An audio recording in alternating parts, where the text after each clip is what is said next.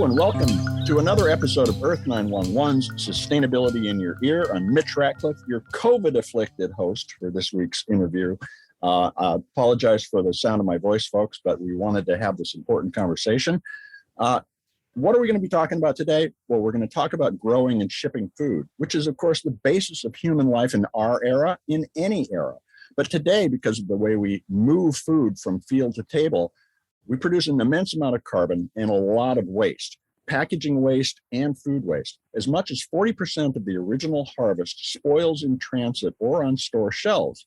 So the question is obvious. What if we could grow food near the people who need it, and particularly in cities? Our guest today is Alexander Olesen. He's the CEO and founder of Babylon Microfarms. The Richmond-based Virginia company has developed a hydroponics-based approach to growing produce in an enclosed, compact system that's about the size of a large vending machine and can be managed remotely. And so the company describes its product as a cloud-based vertical farm that provides expert cultivation advice and cues about when to harvest. The Babylon Microfarms system can help grocers, restaurateurs, communities to plant, grow, and harvest produce within yards of where it will be purchased or consumed. The microfarm system prevents fertilizer runoff into our waterways. It reduces the amount of water used during the cultivation process, and it reduces that water usage by about 90%.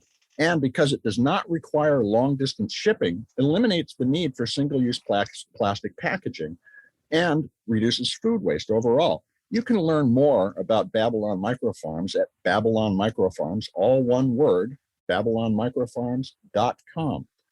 Welcome to the show, Alexander. How are you today? I'm great, Mitch. Thanks for having me. Well, it's a pleasure to have you here. First, tell us about the microfarm system. I described it as about the size of a large vending machine, but what does it look like and how does it work?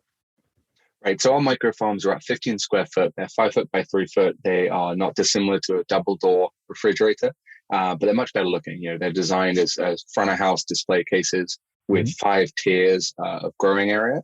And they are essentially an automated modular vertical farm that can be placed anywhere from the kitchen to the lobby, but they're designed to bring the farming indoors and make it accessible to anyone. Now, one of the things that your site explains is that 15 square foot grow space can produce as much as 2,000 feet of traditional farmland. How does it do that? Yeah, well, you think about an outdoor farm, right? You have larger crop spacings, you have seasonality, you have more spoilage. And the benefits of indoor farming systems are, one, you're using hydroponics, so using growing plants without soil. It means you can get 2 to 3 times the yield per grow site. And you have, because we're controlling conditions all year round, we're able to pack in a lot more crop cycles.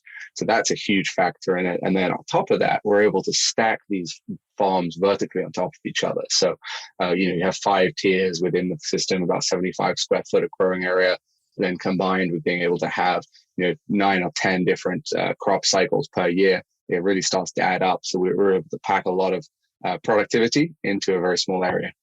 So that 15 square feet, because you've got the multiple levels, is actually 75 square feet is what you're saying. Right. So now let me ask about the cycling that you just mentioned a moment ago.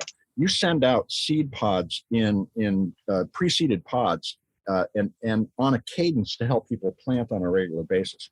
What's involved in that? What do you get when you open the box and what do you do with it? I think the best way to explain this to the listeners is to really step back to where we started. So we began originally looking at small-scale indoor farming systems for deployment in refugee camps. So that was 5 or 6 years ago, and we were trying to figure out what's the minimum square footage you'd need to provide a meaningful amount of produce for a person, family, maybe even to support a small business. And that thinking led us to this micro-farming concept. And what we saw is that actually to run advanced controlled environment farm is really complex. It's prohibitively expensive, and there's a really steep learning curve. So we founded a company to build the software and the technology to address a lot of those user experience challenges. A key one of which is that scheduling. So what's growing when, what recipe is being treated, right? Because all these crops require slightly different growth recipes in order to have the optimal flavor and yield profile, et cetera. So all of these different variables, we've built software to address that. And then we put our patented Internet of Things platform on the farms. And the combination there allows us to basically run them through the cloud and deliver pre-seeded pods, not dissimilar to like a Keurig or an Nespresso, to our customers on a weekly or monthly basis. And they just pop it into the farm, they scan a barcode, and we take care of the rest. So it is a ultra simple user experience that is leaps and bounds ahead of what it was previously. So by scanning that barcode, you're telling the system what it's going to grow, and then it can program itself to feed that particular sector of the micro farm with the right mix of fertilizers. Yeah, and we're really a software first company, because what we see is that these small on-site farms are going to be a whole new category of this really exciting industry. And they're all going to share very similar characteristics when it comes to servicing and remote management is what we call it. So we've taken a lot of steps to make sure the Internet of Things sensors and the software are independent of the hardware. So we can actually leverage these learned insights from our fleet of farms to make it easier for other grow systems to enter the market. So now tell us about the guided growing app. Is it available for iPhone and Android? And how does it interact with the micro farmer to guide them through the process? Yeah, so the goal with the app was to create the most streamlined user experience possible. It's available on Apple and Android. It only works with our farms at this point in time, but that's the user interface. The real smarts of our software is our remote management platform, where we're actually controlling a lot of the variables for each of our farms remotely and aggregating that data into what we call like an air traffic control system. So the app is really just a portal for the users to see what they need to do and when, and receive instructions from us. Air traffic control system is an interesting metaphor that suggests that we're going to be able to look into our food supply much more deeply in the future and perhaps even begin to shape it. How do you envision the evolution of urban, in particular, food production as we move into the climate crisis era? Yeah, so I think what we're seeing across all facets of the food system is greater transparency, right? Through new technologies, software that's available, we're able to track things from the field to fork very easily now compared to what we were able to do just a few years ago. Our indoor farming service is a great kind of example of that, right? We literally track everything from the seeds to the substrates, the nutrients. We know exactly where it was at any point in time from the moment it's manufactured to the end of its life cycle and the harvest of the crop. So that level of detail is going to make for a more effective food system overall. It's much healthier, safer, and less waste. So, I think it's exciting. We're focused on indoor farming as an example, but I know there are other technologies like this that are going to have implications across the food supply chain. Now, I've done some indoor farming, but I still run into the problem of parasites and various plant disease. Does the fact that it's in this enclosed environment eliminate parasites and prevent the many different blights that can affect produce? It definitely doesn't eliminate them, but it does prevent them. And I think we've spent a lot of time on our IPM, that's integrated pest management. It's a bit of an industry term, as do a lot of the large scale, like clean room indoor farms, right? There are rigorous protocols around maintaining a positive pressure inside the unit, having regular cleaning, using some of the sensor data to ensure that the conditions don't vary enough that you may have an increased risk of a certain pathogen. And really a combination of all of those factors enables us to ensure that the farms are very pure and free from pests and pathogens at any time.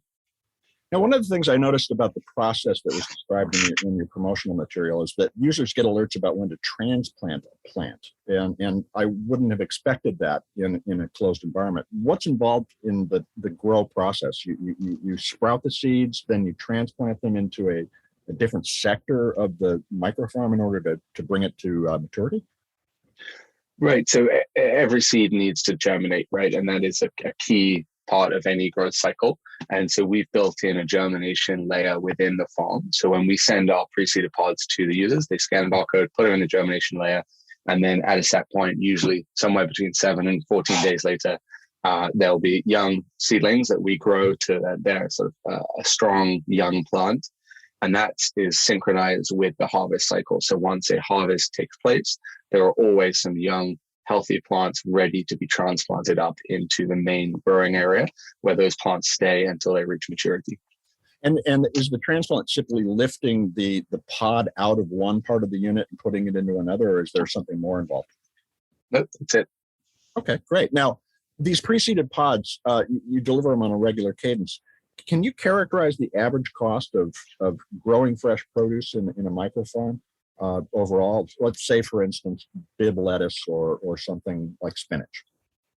Yeah, we're comparable to kind of local organic sources. We recognize we're still a premium product, but we're a much higher quality product as well. So, given that we're still at a fairly early stage with our production volumes, et cetera, we're in line with other local organic sources, and we hope to continue driving the cost down, making this kind of platform accessible to more and more people. Now, if somebody wanted to, could they use their own seeds in previously used pods? I'm sure there's a way for someone to hack the system, but we don't let that. The system is designed to run very harmoniously with our software and the service that we provide. So we don't encourage customers to do that. I'm sure they could find a way if they wanted to, but it wouldn't be as effective as if they were using our seeds and our recipes, etc. Understood. It's kind of an open source question, right? The other thing you mentioned a few minutes ago, you said like a Keurig pod. Well, one of the concerns our listeners often have is that those Keurig pods themselves are a form of waste. When you're done with a seed pod, are they biodegradable? Can they be disposed of in an environmentally responsible way? I am so glad you asked that, because we have just partnered with a fully compostable seed pod manufacturer, and we are the first modular solution in the North American market, and we think in the world, to be using the biodegradable foam substrate, so that the root mass and the actual seed pod are fully compostable, which is it's a huge step forward for us. And let's say just broadly as a company, we are striving to eliminate all single-use plastics from our consumables, our packaging, everything. This is ultimately a symbolic kind of company and product that should be as sustainable and waste-free as possible. And we're not there yet, but we're getting pretty close. And I think we're really leading the way for other modular vertical farming companies to follow suit. Well, congratulations on that. And by the way, that's great to hear. Unfortunately, too many times we get a solution, but it also entails new waste. And to know that you're working to reduce that from the beginning is very encouraging. How much is a micro farm unit, and what does it take to get started? So right now they're $12,000 per unit. And then we have a service contract alongside that for the software and the subscription of supplies. And we're focused on kind of institutional food service at this point in time. So a lot of schools, healthcare systems, that kind of thing. As I mentioned earlier, we're low volume, and as we begin to scale up this year, I think there are a lot of opportunities for us in restaurants, K-12 education, and grocery stores. But we're staying B2B for the time being.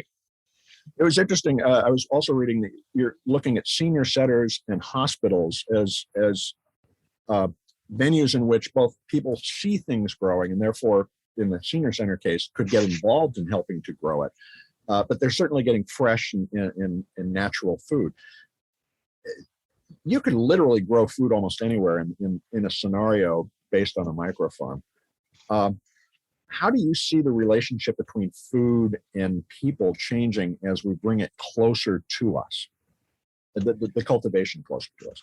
Yeah, I think it's important to state like how detached most people are from where their food comes from, right? We live in a world where you go to the supermarket, you don't even ask, it comes in a plastic box, and that's the supply chain for most people. And the notion of bringing food indoors and how having things grow right in front of the end consumer, where they can literally watch it grow over a period of days or weeks and then eat it, is very powerful in reconnecting people with their food and helping them understand the value of like, what does really fresh taste like? What does high quality taste like? And that's a huge positive externality for our indoor farming service and all of the indoor farms, right? It's a great thing that we can bring farms into urban areas. We can bring them closer to the end consumer. And I think we're representative of a shift that's happening around the world, but certainly here in the US, where people want to be engaged with their food. You're seeing this rapid expansion of the local food movement.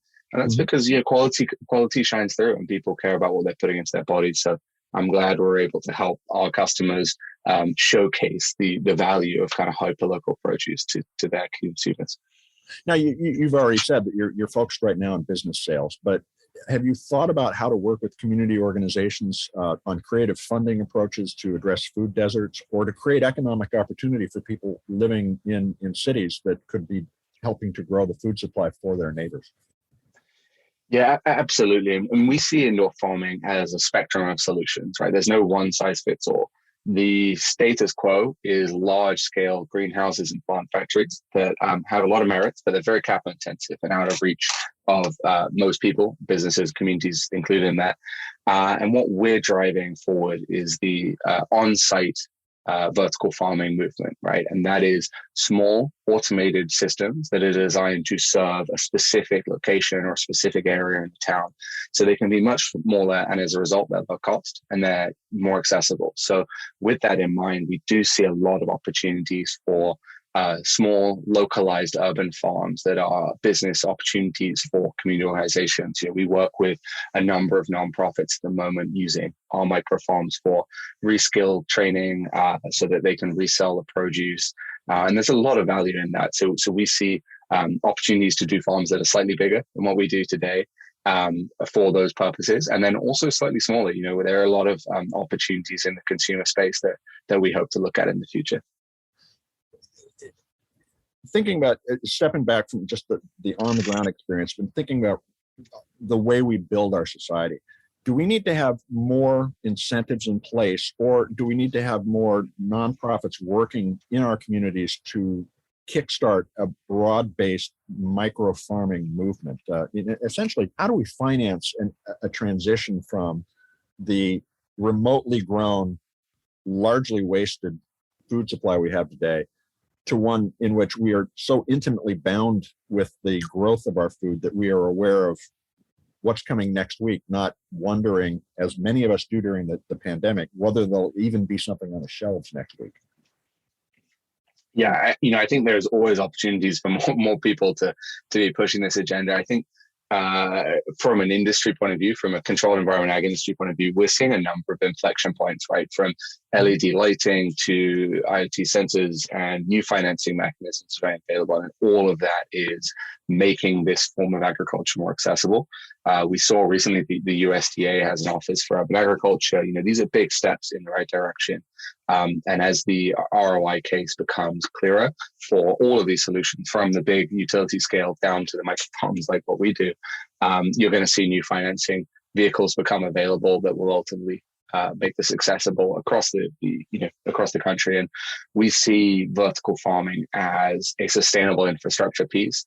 And it is a sort of sustainable food supply chain piece that is going to disrupt a number of produce categories and allow the end consumer to have access to high quality year-round produce rather than shipping it from around the world as it's done today. Now, you've recently been recognized by the Solar Impulse Foundation's 1,000 plus profitable solutions program. Have you looked at how to tie the implementation of a microfarm to the use of renewable energy, such as solar on the roof, to power it? Yeah, we see a lot of opportunities for that. And again, from an industry-wide point of view, I know there are pretty much everyone's trying to reduce their footprint, and energy is a big part of that. So from renewable energy credits to carbon offsets, there are opportunities for small-scale farms to be offset. And, for us, again, on this sort of software-first approach, we're tracking so much data on the efficacy of our farms, the inputs, the outputs, and all of that allows us to then package that data up and use it for the benefit of our customers, and kind of aggregating our farm fleet is something that we do. So we track all of our farms as if they're one larger farm, and that helps us kind of think about our footprint and make a maneuver to reduce that in the long run. So as you think about your footprint, can I ask you to look out 8 years to 2030? How much progress do you think vertical farming can make over that time, and how significantly can we change the environmental impact of our farming? And so as we look ahead to 2030, I think these things start small and then gradually pick up pace. And as we've mentioned earlier in this podcast, that there are a lot of inflection points happening that are driving growth in this industry. I think what's clear is vertical farming is part of the solution; it's not the solution. Okay. And for certain geographies and certain produce types, you're going to see widespread disruption by vertical farming, and leafy greens, herbs, things like that are the obvious ones where, as the cost structures come into place, it is much more effective to grow them locally, supply a local market, and remove the need for importing them from wherever they're coming from, right? And so that is going to change the supply chain, and there will be winners and losers in that. And when I look at what we do with microfarming, we forecast if we had 100,000 farms installed by 2030, we'd be serving nearly 500 million salad servings per year, right? So that's a really exciting prospect for us. And I mentioned earlier, we aggregate the data from our farm fleet. So each little microfarm is a slice of this larger farm that we're building. And that's where we want to be. We want to have hundreds of thousands of these farms out in the world, primarily focused in the US, where they're helping people, source a portion of their produce more sustainably and on site. And I think with that, you're going to see behavioral shifts in the end consumer, and you're also just going to see what having access to healthy food can do for people and how they view where their food comes from. So if I'm a restaurateur listening to this and thinking, I'd love to grow my own greens and also show people the production of their food, because I think that's the connection the farm table movement is constantly seeking to make for the customer. When's the right time to jump in on this? Is it today, or is there an inflection point, as you just said a moment ago, out there where it will certainly become something that you have to consider as a restaurateur to be competitive? Yeah, I think you're seeing that local and sustainable sourcing is not an option anymore. And COVID has rapidly accelerated that. So I'd say there's no better time to get into this space. The solutions are there.